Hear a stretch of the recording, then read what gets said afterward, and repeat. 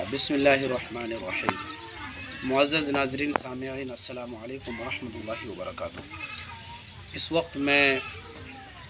بازیت پور امادپور میں ہوں اور میری چھوٹی بہن کے گھر آیا ہوا ہوں، اور آپ سے پہلے ایک سوال کرنا چاہتا ہوں۔ سوال یہ ہے کہ کیا ہمارے مسجدوں کو اور ہمارے مدرسوں کو،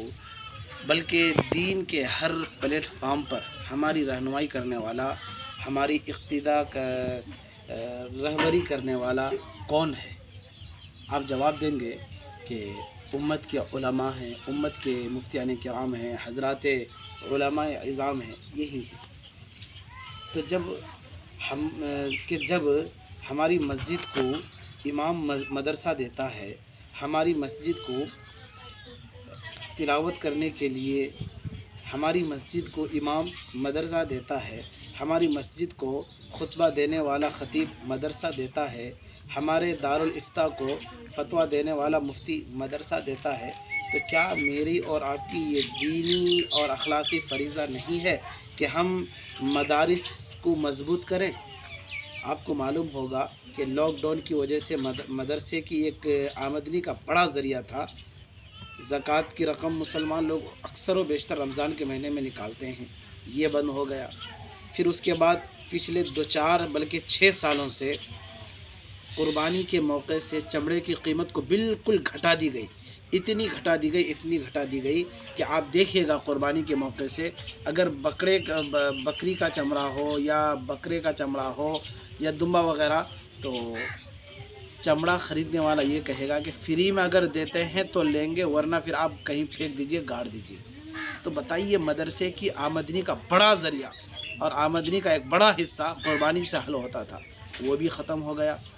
رمضان کا چندہ ختم ہو گیا۔ تو اب آپ بتائیے کہ ان مدارس کو چندہ کیسے آئے گا، اور ان مدارس کو ہم ترقی کیسے دیں گے، یہ مدارس کو باقی کیسے رکھیں گے؟ میں 2 ٹوک لفظوں میں کہوں گا، مجھے نہیں معلوم کہ آپ چمڑا بیچتے ہیں یا نہیں بیچتے ہیں، اور اگر چمڑا بیچتے ہیں تو اس سے خطیر رقم ملتی ہے کہ نہیں ملتی، مجھے نہیں معلوم۔ اگر آپ 7,000 روپے کی ایک گائے خریدتے ہیں تو آج سے 3-4 سال پہلے چمڑا بھی آپ 1,000 روپے میں بیچتے تھے یا 1,500-2,000 روپے میں بیچتے تھے۔ تو میں یہ کہوں گا، آپ اگر 7,000 روپے کی گائے لیتے ہیں تو کم سے کم آپ 1,500 یا 2,000 روپے ایک گائے پر اٹھا کر رکھ دیجئے کہ چمڑے کی قیمت کا کوئی اعتبار نہیں، کوئی بھروسہ نہیں، یہ 1,000 روپے ہم قربانی کے موقع سے صدقہ کے لیے مدرسے کو دیں گے۔ اس لیے سے آپ الگ کر دیں، تاکہ مدرسے کو جس طرح سے حسب سابق میں چمڑے کی شکل میں یا چمڑے کو بیچ کر کے پیسے کی شکل میں جو رقم دی جاتی تھی، وہ رقم بند نہ ہو، یا اس موقع سے جو مدرسے کو رقم ملا کرتی تھی وہ رقم بند نہ ہو۔ اس کے لیے آپ حضرات یہ پلاننگ کیجئے اور یہ ایک منصوبہ بنائیے، اور ہر مسلمانوں پر یہ ذمہ داری ہے کہ آپ اگر ایک حصہ میں اگر آپ کو 2,000 روپے پڑ رہے ہیں، 3,000 روپے پڑ رہے ہیں، اور ہم جو بہار کے رہنے والے تو ہم لوگوں کو شاید 700 یا پھر 1,000-1,500 روپے ایک حصے کا پڑتا ہے، تو ہم اب یہ کریں کہ اگر 1,500 روپے ایک حصہ پڑتا ہے، فی حصہ 1,500 روپے، 500 روپے مدرسے کے نام پہ الگ کر دیں۔ اگر 2,000 روپے حصہ دینا ہوتا فی حصہ تو ہم دیتے نا، اگر 1,500 میں ہو رہا ہے 500 روپے الگ کر لیں۔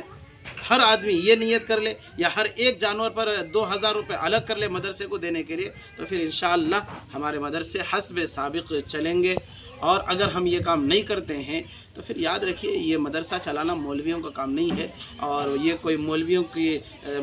دین کی خدمت کرنا اور آپ کو کلمہ پڑھوانا اور آپ مر جائے تو آپ کی جنازے کی نماز پڑھانا، صرف مولویوں ہی کو فکر کرنے کی ضرورت نہیں، آپ کو بھی فکر کرنی پڑے گی۔ اگر آپ چاہتے ہیں کہ آپ کے مسجد کو امام بھی ملے، آپ کے دارالافتاء کو مفتی بھی ملے، دارالقضاء کو قاضی بھی ملے، اگر آپ چاہتے ہیں کہ جنازہ پڑھانے کے لیے، کان میں اذان دینے کے لیے مولوی ملے، یہ آپ کی بھی ذمہ داری ہے کہ آپ مدرسے میں دے چندہ، جس سے ہمارا مدرسہ چلے۔ میں امید کرتا ہوں کہ شاید آپ لوگوں کو میری یہ باتیں اچھی لگی ہوں گی، آپ ان پر خود عمل کریں، دوسروں کو بھی بتلائیں۔ اللہ ہمیں بھی آپ کو بھی عمل کی توفیق عطا فرمائے، اور مدارس کو تا قیامت باقی رکھے، زندہ رکھے، جاری رکھے، آمین یا رب العالمین۔ والسلام علیکم ورحمۃ اللہ وبرکاتہ۔